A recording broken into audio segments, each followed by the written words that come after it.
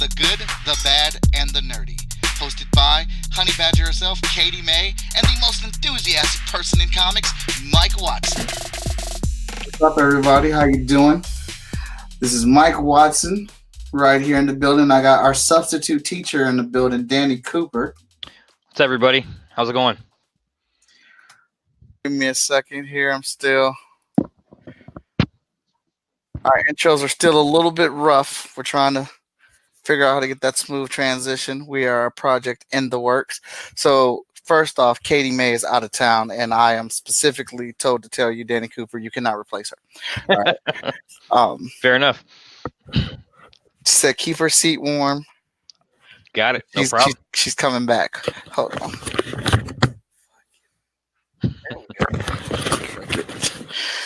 She said she is coming back right now. As everybody knows, I always put the show on over on my phone to see how we're looking. And we are live and we're up and running right now. So if anybody has any questions or comments, give me a second here.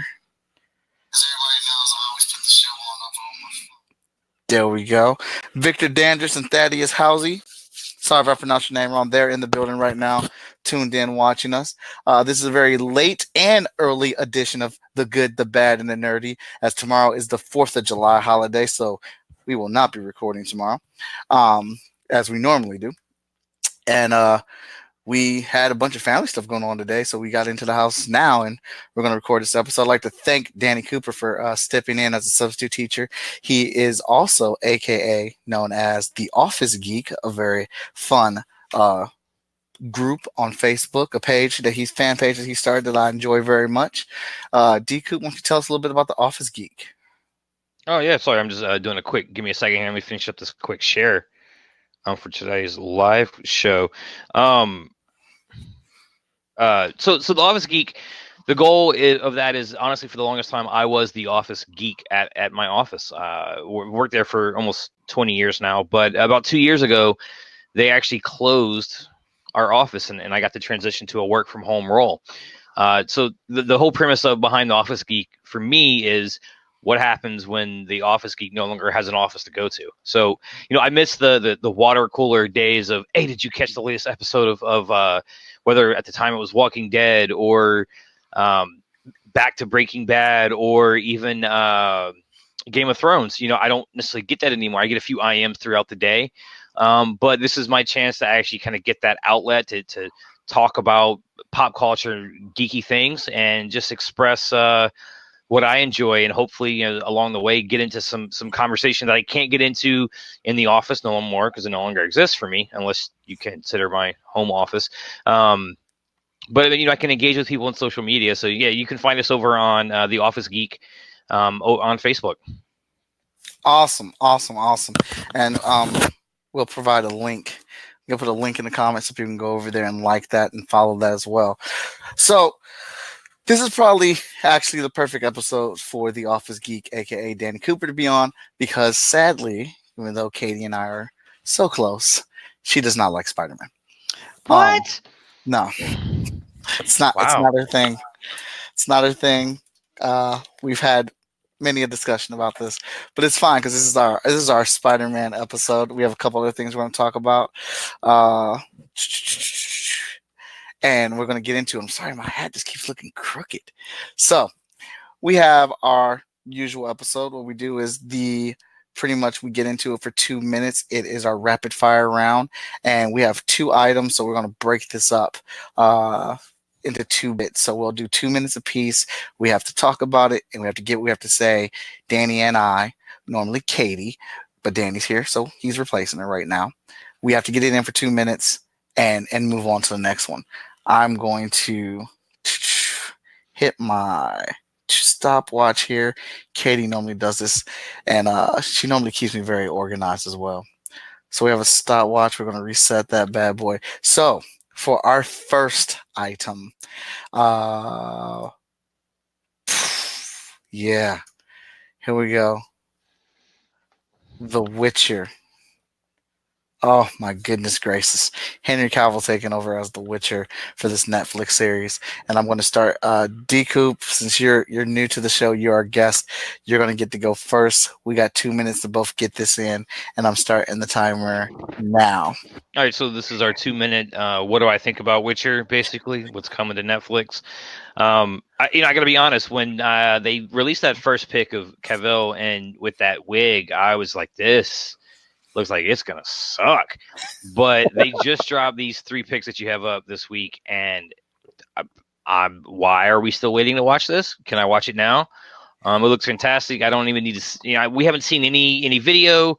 3 pics. Honestly, they just needed to give us Cavill just standing there in that armor with the sword. I'm like, I miss the beard, but I'm okay with that. I'm pretty excited. So I'm not as familiar with the Witcher storyline in the games. I played a little bit of it on the PS4, but excited that it's supposedly coming to the Switch. But yeah, I'm all about it. Let's get it started. Bring it. All right, I'm a huge fan of Henry Cavill. I love his Superman. I love Man of Steel. I think he does a kick-ass job in the role. So when I heard he was signed on for The Witcher, I was very, very excited. And I will agree with you. I saw that picture of the wig. I was like, that does not look so good. I don't miss the beard because you can actually shave in the game of Witcher. I am a newcomer to it. Just jumped into Witcher with Witcher 3 and fell in love. It's one of my all-time favorite games, and I have nothing but admiration and respect for Project CD Red. They are an amazing studio. But these photos look ridiculous, and I cannot wait to watch The Witcher. I cannot wait to watch this series unfold because it is it's just great. It's so good. The lore, the story, the characters. I'm all about it. I'm very excited to see this, and I think they are doing a great job. I don't have a bad for this. My bad right now is that it's not here, and I don't know who this first actress is, so she does not look all that great in this costume to me. I don't know if she's supposed to be Siri or the other chick in the story. I can't remember her name right now. And we are at 2 minutes. There we go. All right. So bringing that one down, we're moving on to the next one. So I'll start this one off. Hobbs and Shaw. Fast and Furious presents Hobbs and Shaw. That new trailer 3, was donkey freaking ridiculous. Every time a new section came on, I was just blown away. I don't know how The Rock and Statham have done this, but they have killed and taken the definition of the unbelievable ticket to the next galaxy. Next level, the next galaxy. My bad with this is that I honestly think this is going to put the Fast and Furious series to shame, and Vin Diesel and company are going to have a tough time trying to come up to the same level as this movie or surpassing it with Fast 9. That motorcycle. Oh my God. Okay, your turn, Danny. All right, so I think you hit the nail on the head right there. The only negative thing about this, other than the fact that the movie's not out yet, is that it's going to make Fast 9 not look as great. I think they're bringing in John Cena on that to try to, I think, fill the boots of The Rock, which isn't all kudos to Cena. That's not going to happen. Yeah, this Hobbs and Shaw, it just looks amazing. It's typically, I would be complaining when you have a trailer that shows this much information about a movie. Typically, I'm going to be complaining about it. It's just that music. We just went and saw SpiderMan again for the second time today at IMAX. It's so loud. The music. It's just that trailer. That trailer should win awards. It's fantastic. And it's no longer unbelievable. I'm going to stop you. You're not allowed to say that anymore because at this point, I'm convinced The Rock and Statham can actually do these things. They've convinced me over the Fast and the Furious movies they've been in that they can actually do this stuff. They're legit superheroes. We may not have any more Avengers for a while. Okay. Go ahead. All right, so that was our quick fire round, our rapid fire round. Did 2 items this time. 2 things that Danny Cooper and I are both really, really, really into. So Hobbs and Shaw. There it is, everybody. Back to business as usual here. So that was really good. And real quick, I am going to speak on, we started a poll a few days ago, and The Good, the Bad, and Nerdy on our Facebook page. And I know there's been this ongoing thing that Marvel, the MCU, has terrible villains. Their villains are paper thin and things like that. I don't really agree with that, but their last string of villains have been just really, really good. So we put out a call to our fan base here to see what they thought or who they thought were really rocking in that villain role. And I got the results right here on my trendy phone.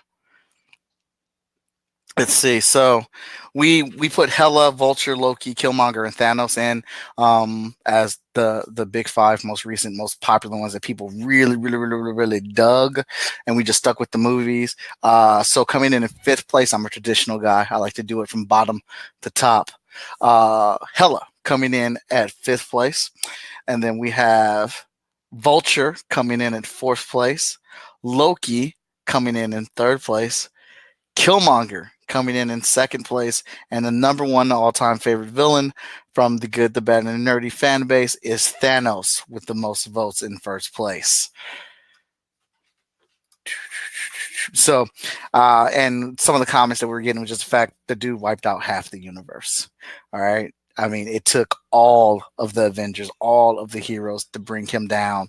Thanos has so many lines that are just still quoted today. Killmonger and Vulture. Well, Killmonger in our voting gave him a run for money. I know Danny spoke specifically on the Vulture scene.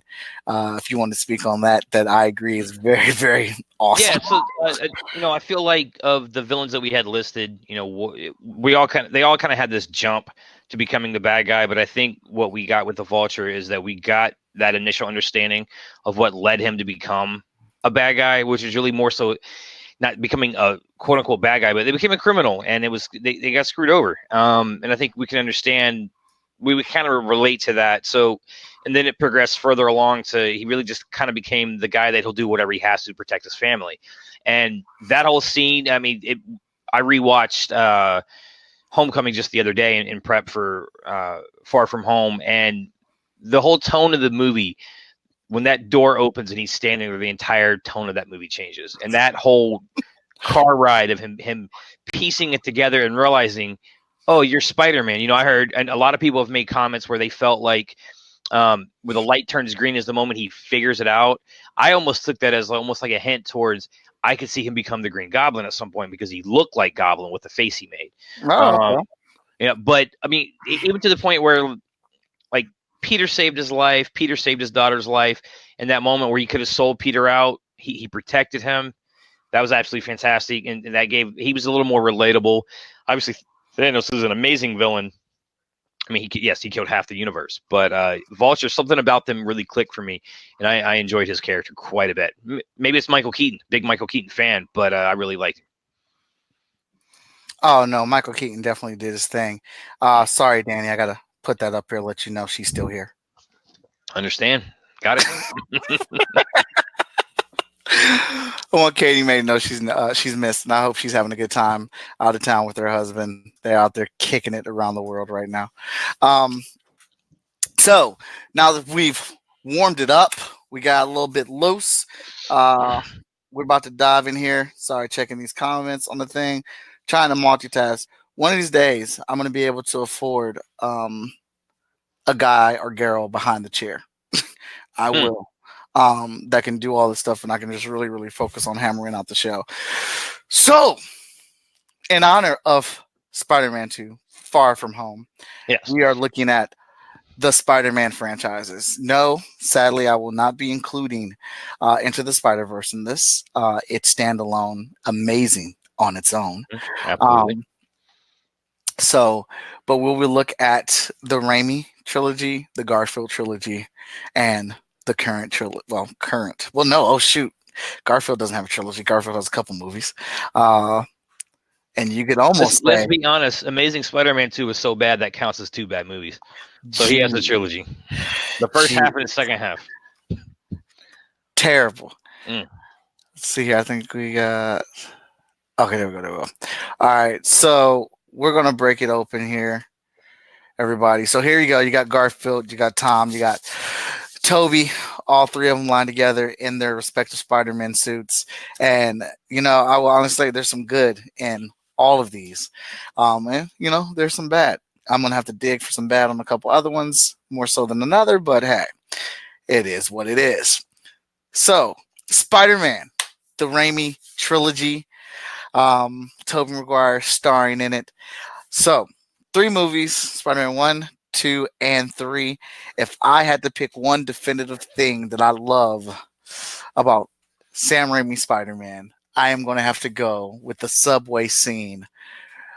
Spider-Man shoots out the webs to slow down the subway, stop it, putting his feet into the rails, really, really pushing to be the superhero. I absolutely adore that scene. It's my favorite scene in all of the trilogy, and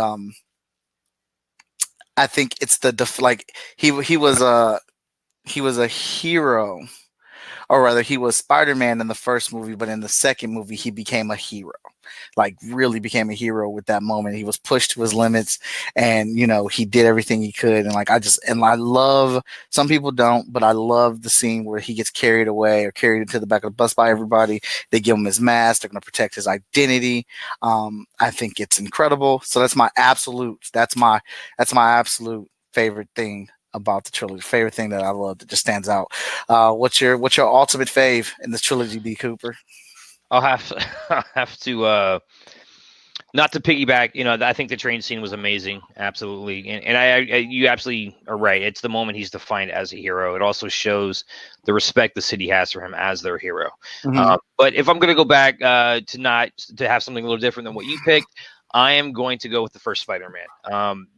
The moment for me, when Green Goblin's flying in and they've got the parade, he's flying in and he's like, he runs his hand across one of the balloons and things. That whole fight scene, it's all about when Spidey catches her and swings off with her, and it looks like that was the first moment of the movie, and I was like, I'm sitting here watching Spider-Man, and this looks like he's really up there, and it looks like Spider-Man, and this is so well done. So for me, it's a nostalgic moment. I saw that movie 5 or 6 times in the theater. Absolutely love the first film, and so I'm gonna go with nostalgia for my favorite moment. Okay, all right, cool beans. So now comes the bad. My ultimate bad is pretty easy, and I'm gonna tell you, I'm a guy that actually enjoyed Spider-Man 3, but my ultimate bad, Mary Jane. I can't stand her. I hate her. I think she's terrible. I don't think she did a good job portraying Mary Jane. I don't even think she looked like a Mary Jane. One of the lores of Mary Jane being here is that Mary Jane was bad as hell. All right. She was a model. And it was the fact that, Peter Parker, this dude who has terrible luck, who's struggling to survive, but he gets Mary Jane, a model, to be his wife. Kirsten Dunst was annoying. Her character was annoying. Her portrayal was annoying. And I'm sorry, her look was annoying. So that was my absolute dislike, my thing that I could not stand in the first Spider-Man trilogy. I don't know what Sam Raimi saw in her, but I didn't see it. Yeah, I would agree. I think that the character direction they took her in the third film, this attitude that she had and towards him, and this resentment she had based on jealousy, not because he's not there, not because he's always running off and saving people, but this resentment piece just made no sense. I guess for me, if I'll pick what I dislike the most, and last night we watched on Netflix, we were watching Into the Spider-Verse, and when it was over, my 5-year-old daughter was like, "Oh, Daddy, I want to watch more," and she ran over and grabbed Amazing Spider-Man 2 off the shelf, and I was like, "Oh no, we're not watching that. Let me go get the real Spider-Man 2." And then, so I brought that in and turned that on, and we watched it. Some of the delivery was really rough in the dialogue. I mean, Tobey Maguire's a fantastic actor, but rewatching it, I was like, man, some of this acting was kind of rough in this. And I was sitting there surprised that I was walking away, having seen this movie 10 years ago or when it came out. I was really surprised to just kind of be sitting there like, wow, this is a little rough. And maybe it's because we've had some really dynamic acting throughout the throughout some of the more recent movies. But yeah, so I'll say sometimes the dialogue and things like that fell flat. All right.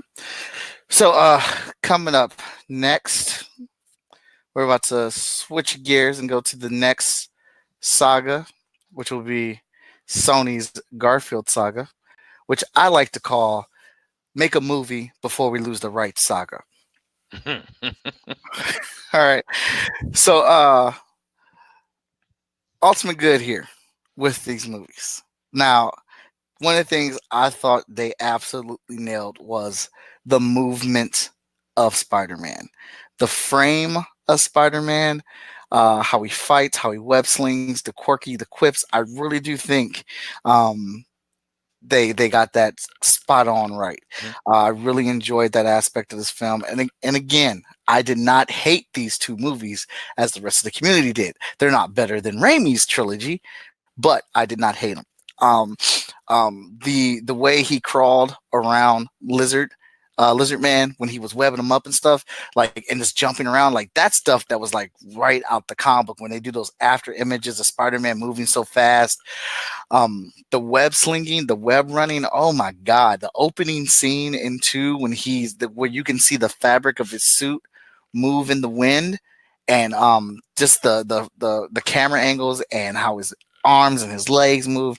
They got all that right. That was a very, very good part for me. That did it for me. That's my fave out of the first 2 films. The biggest thing for me.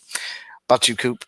Yeah, I really like Garfield as Spider-Man, and I felt like with the comics, we kind of go through these eras of Spider-Man where you may be able to tie a different artist to that specific style of Spider-Man.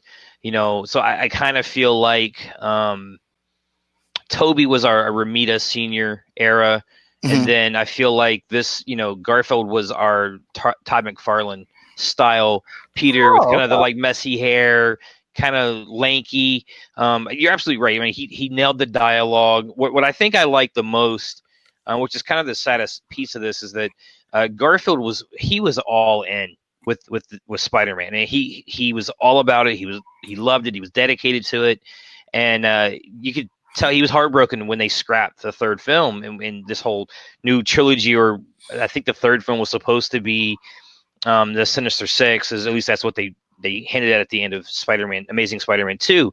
I just really like the fact seeing an actor so dedicated, and that when they lose it, they're devastated by it. And I thought, his quirky nature, him and Emma Stone had this really great chemistry. I felt on camera. I really liked that playful banter they had. I believe they were actually might have been dating in real life at the time. I know Toby and Kirsten dated for a while, but I know that like they had this almost chemistry, like they felt like a real couple. So I really, really enjoyed Andrew Garfield. That was my favorite thing of those 2 films. All right. So as we move into the bad, my biggest bad issue of this whole 2 movie thing, he was too damn cool. It was too cool. I mean, Peter Parker was the homie. I could never see anybody picking on this guy, and actually nobody did pick on him. He was standing up to bullies for him. Like there was not 1 ounce of him that was afraid of Flash at all. The kid was skateboarding. He dressed it like, he dressed like a regular kid. He fit in with everybody. So the whole geek nerd thing from that perspective just was not there for me at all. And I'm not saying they had to be full-fledged in there, but it needed to be in there in some aspect. Peter Parker was too cool for school, man. He was suave and debonair, and he barely ever wore the glasses. But did we didn't get we did get an origin. So yeah, he did wear the glasses to begin. Dang, I forgot that we did get an origin in that movie. So yeah, so that's my bad for me. Yeah, and I can see that, but again, for me, that's why he feels like the Todd McFarlane Spider-Man, where MJ was this bombshell of a model, and he looked like a male model himself. So that's kind of, I think that's what helps me, relate that to McFarlane. I could pick on Amazing Spider-Man 2, because honestly, Green Goblin was atrocious. But I got to be honest with you. I think the bad is just that first costume was horrendous. I get it. I get why. My guess is that they all sat around. I was like, well, Raimi's Spider-Man was still kind of the corpse was still kind of warm when they decided to make this new one, in my opinion. And I'm sure there was a lot of talk about how we got to do something different and we got to make him look, like Spider-Man, but not exactly like Raimi's Spider-Man. And that didn't work. I think they realized that clearly with the costume we got in Amazing Spider-Man 2, which I thought was absolutely fantastic. I mean, it looked really good. It didn't look like Raimi's Spider-Man costume. It had its own feel. Those eyes they nailed I like the big bubble eyes they had in that. But yeah, so I'm talking about the bad. Definitely that first costume was just trash. Danny Cooper not happy with the costume at all. I mean, the costume was bad. Yeah. I was able to overlook it just because the CGI was so good, the movement was so good. Like I said, they captured the moments of him and all that stuff. So it didn't bother me as much, but I did not like it. But I think to your point of him being more of a Todd McFarlane style Spider-Man, like I think that's a very good point. I never looked at it like that. Yeah, I think that when you look at, besides if you look at like the texture of the suit, it looked like a rubber suit, a very thin rubber suit. What I would say that bothered me the most about it is he's a tall guy, and you've got these vertical stripes, like when you kind of get to the waist area, that kind of goes down, making his torso look way longer than it was. And that was kind of that was added to what I didn't like about it. So yeah, that costume, oof, bad. All right, and so now we are moving on to the current Spider-Man series right now. Far From Home. There we go. No, not that one. There we go. All right, so we are doing Homecoming and Far From Home, also including the first appearance of him in Captain America Civil War and his 2 appearances in Endgame and Infinity War, which kind of almost makes it like he already has a trilogy with all these appearances, because he gets a lot of screen time in those movies. Oh yeah, he definitely does. I think a part of that is that he is so charismatic, and I feel like there's those images have been going around on Facebook and social media about if the Avengers was made in the 90s, and they've got Michael J. Fox as Spider-Man and Peter Parker, and I think hands down, I feel like we get the Marty McFly, Michael J. Fox of Peter Parker's in this series. He's just so charismatic. He's an amazing actor too. Yeah. Just that moment in Homecoming where he's buried in the rubble, and we get that classic moment where he has to fight through. He's buried, and you realize for the first time, despite what he's done in taking on Captain America and helping fight the Avengers that have gone rogue, this is the first moment you're like, he's a freaking kid. Like, he's scared, he's crying for help, he's yelling out for help, and he has to pull himself together. Just fantastic, just amazing acting. He's such a good actor. Okay, so what's your favorite part, Danny? Oh man, it's tough for me to pick favorite parts. I'm gonna probably go back to what I mentioned earlier.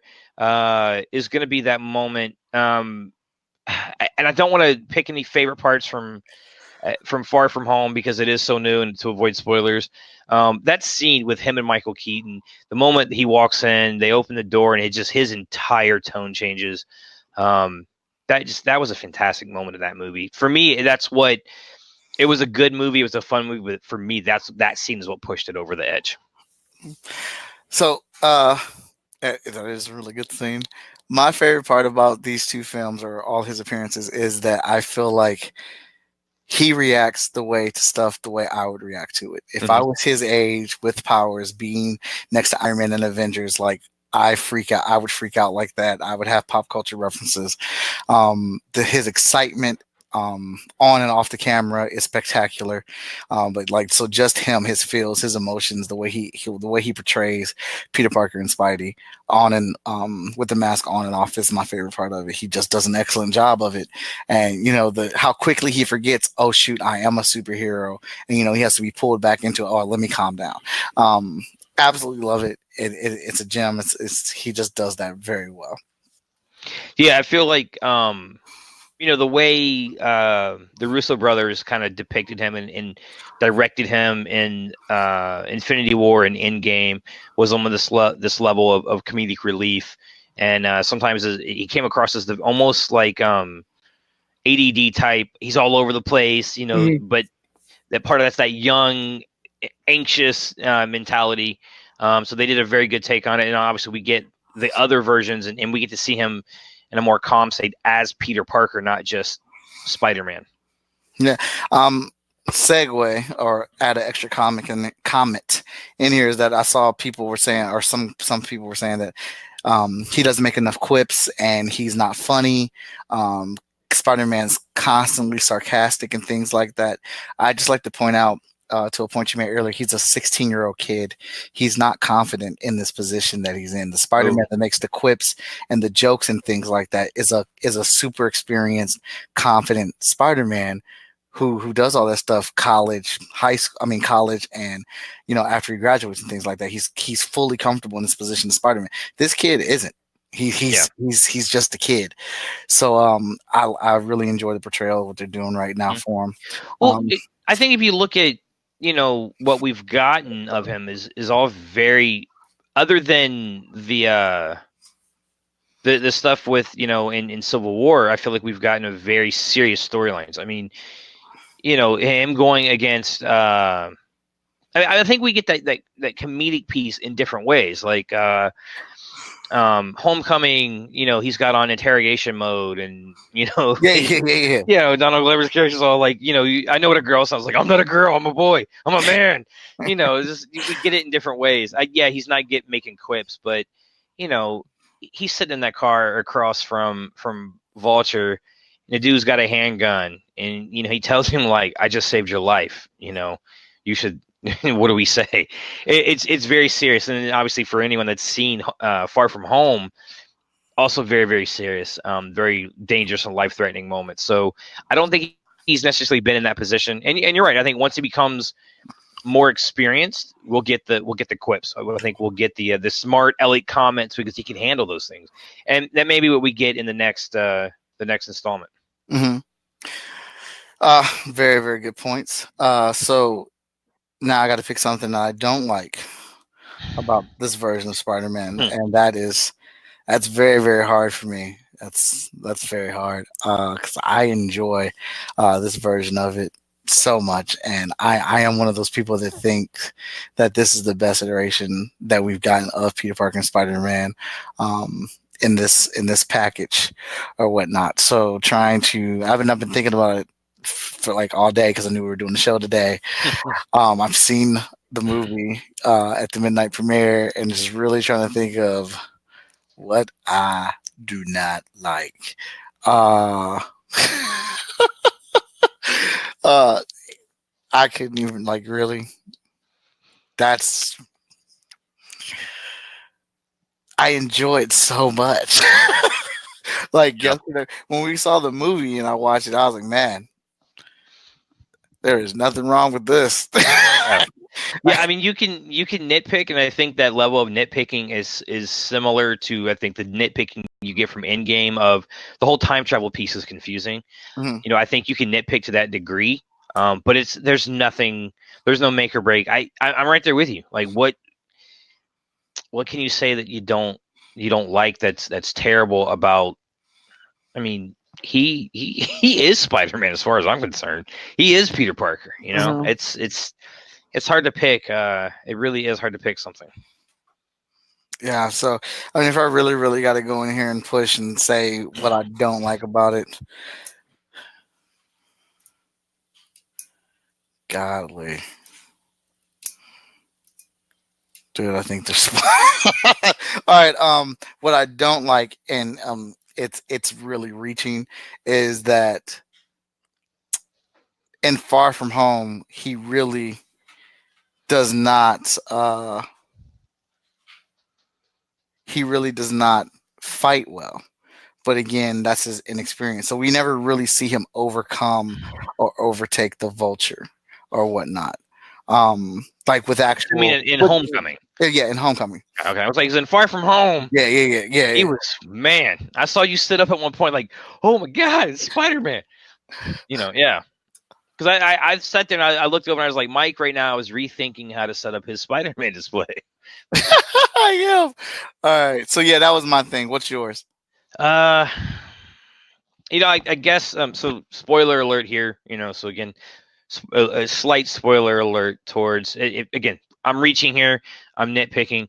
The only thing I would say that I didn't like, so we got the ending of Homecoming. Aunt May walks in, he's in the suit. We get and it cuts off. So we know that tells us that in the next installment, we're going to have to deal with something very different than anything we've ever had before. Aunt May knows. Sigh of relief. We got something different. That's excited. So we get to that point, and again, so spoilers, we jump in 8 months later at the start of the movie. Aunt May clearly knows. We get nothing. That we get that gap. Now, so that's a reaching because I've forgiven it on my end because it's like, look, the blip occurred and people were gone for 5 years, and she may freak out. We're assuming that what he refers to in Homecoming is Uncle Ben dying, and that's why he's got to be very cautious, and Aunt May's going to freak out. But Thanos proves that you don't even have to be a superhero. You could be in your bed asleep or playing on a basketball court and cheerleading or watching a basketball game, apparently, and disappear and die and be gone. So in the grand scheme of things, him being a hero isn't necessarily a bad thing, nor something that she should worry about. So, again, it's a reach. I'm nitpicking. We got that set up at the end of Homecoming. We really didn't get that payoff. So I guess that'd be the one thing I didn't like. Well, we actually have our first call in ever on the Good and Bad. Really? Yeah, and I'm actually gonna make this real easy and actually send this person a link so we can hear them and hear what they have to say. Apparently, they've been making some pretty vicious comments on our thread that I have not seen. Mr. Dandridge here? Yes. So, Mr. Dandridge, please go to your Facebook chat. Do we need to for anyone listening live? Spoiler alert. Is that what we need to go with? Spoiler alert. Okay. Go ahead and go to your Facebook chat, Mr. Dandridge, and click that link so you can join the conversation. He's already seen it. Okay, so yeah. Did I ever say what my bad was? Yeah, you said okay, yeah, I did it. Couldn't fight in Homecoming and because there's inexperienced.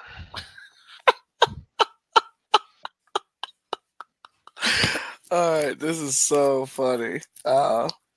2 guests in 1 episode, huh? Let's go to our branding. Let's bring this back up. I'm waiting for him to pop up. Ren said he loved all of it. I agree, Ren. We'll give Mr. Dandridge a few moments here. So, okay, it looks like he just popped in. Oh, looks like he needs to connect his mic and camera before I can add him. He's right there, though. I hear him yelling, I think. Is that him yelling? I already know the biggest thing he's going to have an issue with. Yeah, I already know, too. Let's see if I can call him. Oh, wait. No, he's there. Victor Dandridge of Vantage In-House Productions and You Create Comics is in the building. We have a featured guest, Bonanza, on The Good, the Bad, and the Nerdy. So, Mr. Dandridge, let me explain the rules to you before you go off on some tangents. Let me know what the rules are in here. So, we say one good thing that we really like about it and one bad thing that we like about it. If you can hold on for a few minutes, we're going to wrap up this segment where we do the good, the bad, and the nerdy from what we have reviewed on the first 3 Spider-Man sagas. And then we will jump in. What y'all said, though, on those, you're not going to mention the emo Spider-Man as one of the dopest things ever? Y'all not going to say that? I enjoyed the emo Spider-Man. I enjoyed it. No, but you didn't say that was one of your favorite parts. Dancing emo Spider-Man. It was so good. They used it in Into the Spider-Verse. Bars. I can only say one good thing, sir, for the rules of the show. All right. That's fine. So, all right. So we have discussed a good and bad from the Raimi saga, the Garfield saga, and the current MCU saga. So now we have to pick which one will be the good, the bad, and the nerdy. I will go ahead and rock it off first, and then D Coop will. And then we're going to jump into a small review of Spider-Man Far From Home. We'll try to keep it down. What? I didn't say nothing. All right, so if I had to pick a good, the bad, and the nerdy, I think based off of what I've said already, I think everybody knows where I'm going. I will say the good is the MCU Spider-Man currently right now. The bad is Garfield Spider-Man, and the nerdy is the Raimi edition. Raimi edition is still solid. I still love the Raimi edition. I know Danny has made some valid points about it, but I felt the same way he did, and I'm sure millions of other people felt the same way when we first saw Spider-Man web sling on the scene. For the first time, it was incredible, and that was part of the comic book movie saga, like really cracking open with that film, because you had X-Men that busted it onto the scene, and you're like, oh shoot, it's X-Men, but X-Men was done by a certain set of rules where the director told us, well, you can only do a comic movie like this. They have to be wearing black costumes. We didn't get all the right size parameters, and he kept some things out of it, but we got X-Men and we were happy. But then you get the Raimi edition of Spider-Man, and you're like, this is a red and blue costume, geeky kid who is getting picked on, glasses, superpowers, web slinging. You got it all in that version, and you can't deny that. I enjoy very much so the current Spider-Man. But that's my cast. That's my vote. D Coop, what is it for you? Well, the good, I hate to follow the same boats that you have, but I'm going to have to go probably honestly for the exact same reasons. I mean, Far From Home's or MCU Spider-Man is fantastic. I absolutely love it. We get into the bad, obviously, yes, poor Garfield. He loved it. He brought what best he could to the story. But man, that Amazing Spider-Man 2, what a turd. And then, yeah, the nerdy. It's terrible. It's terrible. Absolutely terrible. Green Goblin's just a joke. I mean, come on, Rhino. That Rhino, seriously? That's what we get for Rhino? I like the Rhino. Was it? No, the Rhino was cool. But awesome. yeah, he was terrible. Terrible. But yeah, nerdy. You're absolutely right. We got a guy in a red and blue suit, and it looked badass. It worked. I'm not ashamed to admit that I got teary-eyed when I first saw it in the theaters. I'm like, I freaking see Spider-Man web slinging, and it looks like Spider-Man web slinging. He looks cool. He doesn't look stupid. Yeah, so that hit me in all the feels when I watched that, and yeah, so kind of following the same reasons you have. Awesome. So that's our good and bad nerdy segment wrapped up right there. Now we're going to try to keep the spoilers to a minimum on this, as we will talk about one good thing, one bad thing that we liked from Far From Home. Oh, I think it's going to be all kinds of spoiler alerts right now for everybody. I'm going to have to put a little timer on so we don't spend too much time on it. But we are now looking at Spider-Man Far From Home. And I think it's pretty awesome that Victor Dandridge, he called me, and I was like, I know this dude knows I'm broadcasting live. I definitely did. So I was like, maybe there's something wrong. So let me hang up on him and check the stream and make sure everything's cool. But then he called me right back. I'm like, oh, maybe something's wrong with one of the babies. No. He calls and says, you're not talking right about these films. So we wanted to bring him on. So we will let Victor go as long as he can abide by the rules. One good thing, one bad thing. All right. Spoiler alert is up. Oh, wait, I'm only talking about Far From Home? Yeah. Okay. All right. One good thing about it, the illusions. Fantastic. Yes. Absolutely fantastic. Like that is Mysterio tried and true. Man. Yeah. The bad, this movie should have been called Far From Good. Yeah, I said it. From a storyteller standpoint, the holes, Petey could swing through those. Okay, he could swing through a lot of those holes.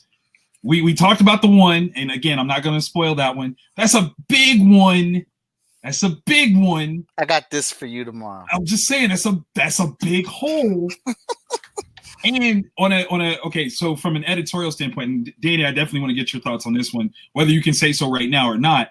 The true most deadliest move was something that I think should have happened at the beginning of the third act, because I think what this movie did is it failed to recognize what it is, right? In terms of this is part of a culture now where when you introduce a new character, that person can be Googled just as quickly as your announcement, right? And I think that Marvel Studios especially introduced this culture when they first premiered Thanos with a quick turn and a smile. And all of a sudden, the non-geek world was like, who's the purple dude, right? So now, anytime that you have something like that, and the geek world, knows our answer, and then you have the layman's world that is starting to catch up, or they at least have the means to catch up, then you have to start thinking about that in terms of your storytelling output. You can't treat... Yeah, go ahead. You're talking about the reveal, basically, right? Is that what you're talking about? Yes. Okay. Yes. And I definitely feel like as a move, that was a far more important thing that should have happened at the beginning of the third act, because the premise that they gave us about Mysterio, once you do a quick Google search and read anything about Mysterio, the whole premise of it falls apart. You go in already looking at, nah, that's not it. That's my big problem. I think that their attempt to make that work. So I'll definitely say that I don't think the reveal was handled as well in Far From Home as it was in Homecoming. Because the moment that door opens, man, I remember sitting in the theater. I was like, "Oh, we all did. We all did. Yeah, absolutely." So, the reveal in this was less as I'll say it. Spoiler alert. Oh, he is the bad guy. Right. It was more of the, they closed the door on the multiverse, because that was the big thing coming out of this, and I think they rode the multiverse ticket to say maybe he's not the guy you think he is. Maybe he is from the multiverse. But on that one, though, how much of that was fed to us through other means? Like the whole statement that the Thanos snap caused this whole, that was never said in this movie. No, it wasn't. It came from the trailers. So this was part of the... Yeah, this was part of their work. Something that if you Google who Mysterio is, then you already start to place doubt in a viewer's mind, even as they walk in, if they look up who this guy is. If they've never heard of him before and they look him up. It's almost... somebody just said Victor cannot follow the rules. What are you talking about? I did follow the rules. I said storytelling issue, plot holes. This is part of the plot holes. It's like watching a movie where you know a character is going to die, a movie you love, and you watch it again years later. Right. You still know that character is going to die, but there's that part of you that hopes they're not going to. So I think that was how this was set up with the reveal. I can see that. It's like I said, I think it's the idea of we're now in a space where you can't watch movies in this presumed vacuum anymore, and you have to build a plot based on that. And what they did with that after credit scene, I think, was so on point for who this character is and as a strike back, that's your third arc piece. That's what Peter has to now solve by the end of this movie. If that was even my gripes about the other stuff, I think I would be so on board with that having to be the issue. I would have no issues with it because that's such a great storytelling piece, and the placement of it at the very end just seems like it totally undermines the threat that he represented. I mean, even again, if all that stuff happened at the end of the second act, and that's how you start the third act, I don't even care what didn't happen before. This is how do you get out of this? How do you fix this? That would be tremendous storytelling. That's all right, sir. What's your good thing that you like?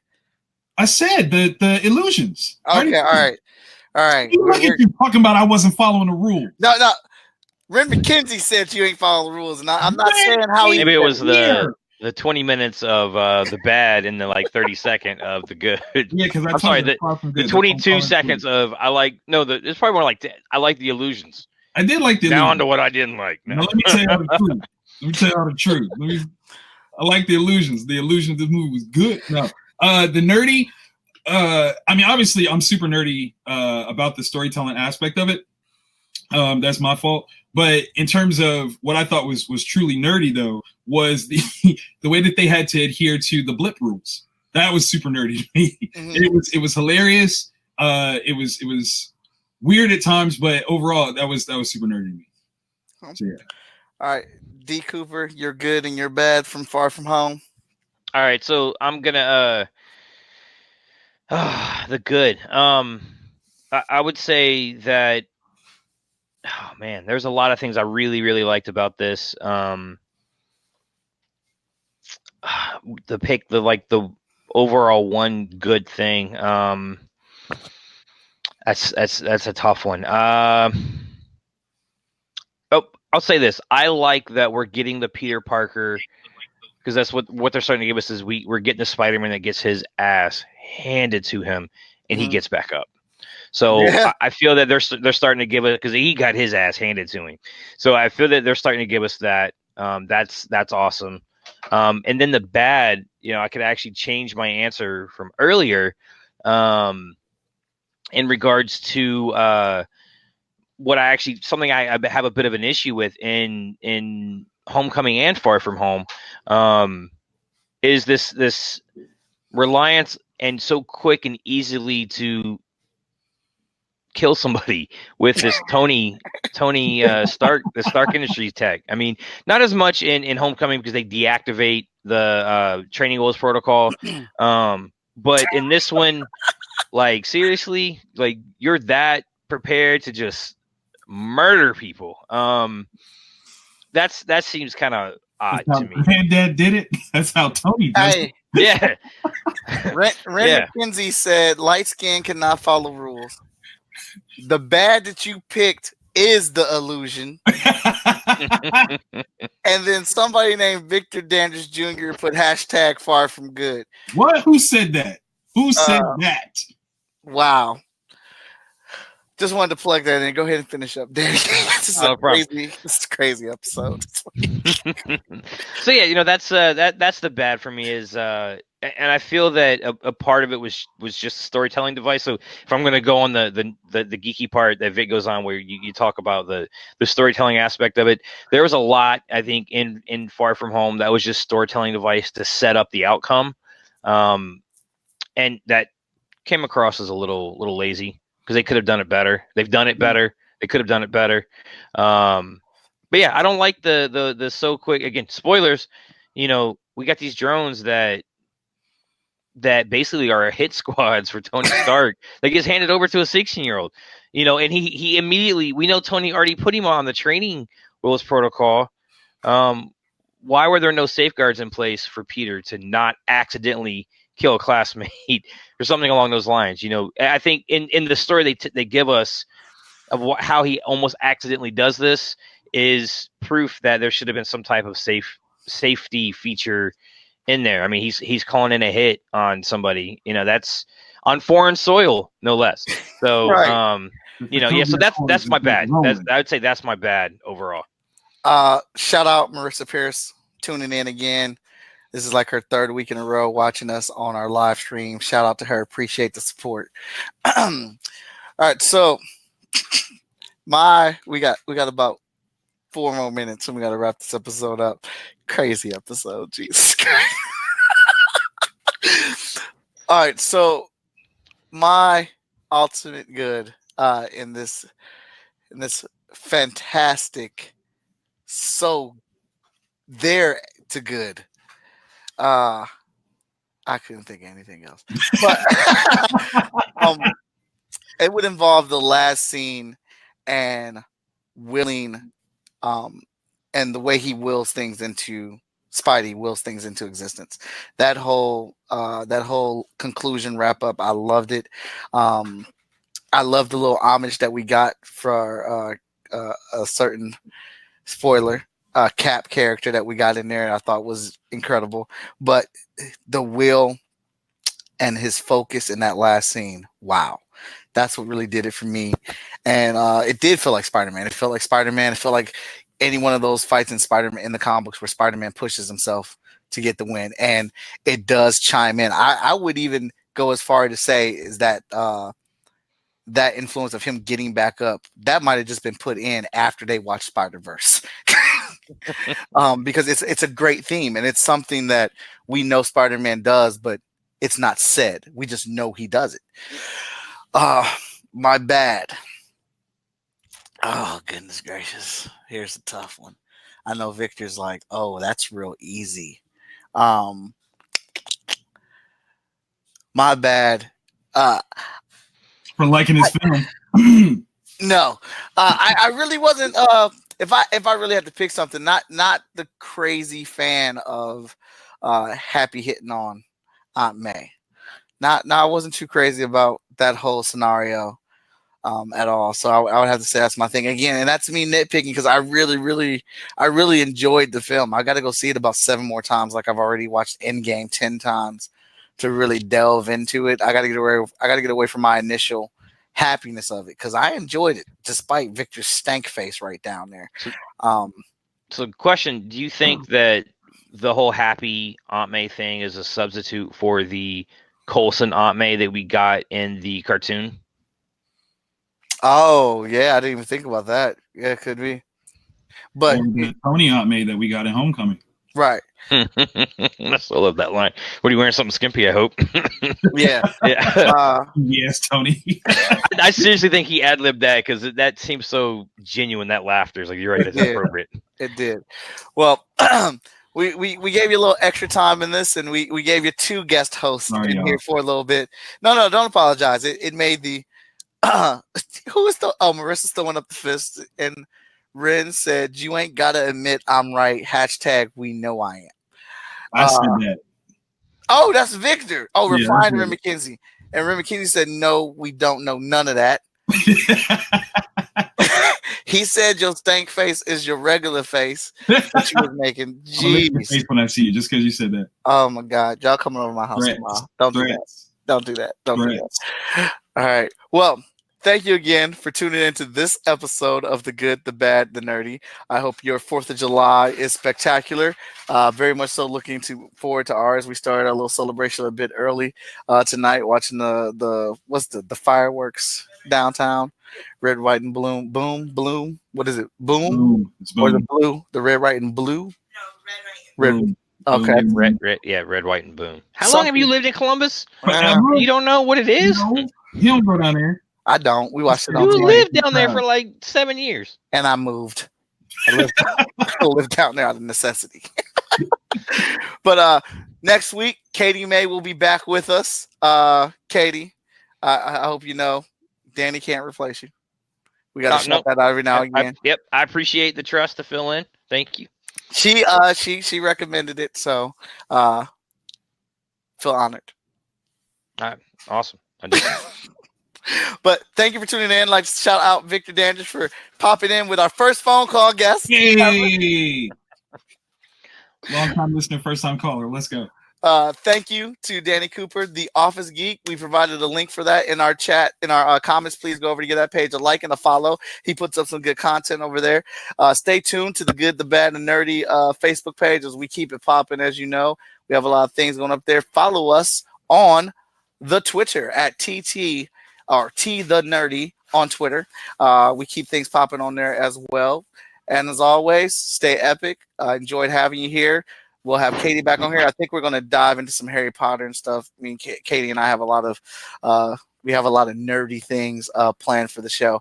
And I think we're going to start a new segment, the Geeky Rundown, next week. I'll discuss that with Katie.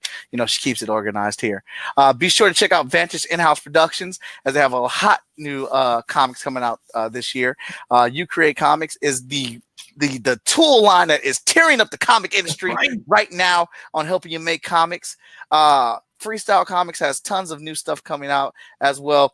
Catch us at BlurredCon next week in the building at BlurredCon. Can't wait to get out there, down there by DC. We're going to represent. We're going to hold it down. I actually need to put in my print order tonight. I was supposed to do that earlier. I need to make that happen. But oh, and just a quick shout, y'all see these FSK hats on the screen? Y'all can order that at the Freestyle Comics website or on Facebook. Very much. Let me get out of here. We are over an hour. We never run the show this long. Y'all is crazy. Y'all is crazy. All right.